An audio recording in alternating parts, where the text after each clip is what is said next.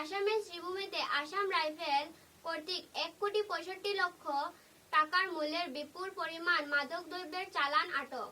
অরুণাচল সক্রিয় মাদক পাচারকারী চক্রের বিরুদ্ধে এক বড় পদক্ষেপ হিসেবে সুনির্দিষ্ট গোয়েন্দা তথ্যের ভিত্তিতে আসাম রাইফেল এবং directorate of revenue intelligence DRI যৌথভাবে আসামের শ্রীভূমি জেলার বদরপুর এলাকায় একটি অভিযান পরিচালনা করে।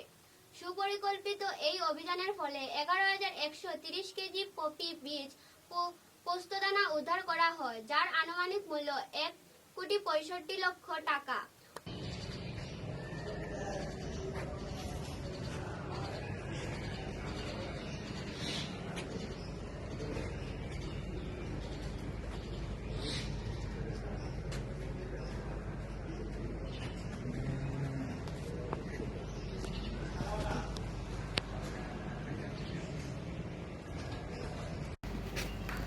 Lalu bukunya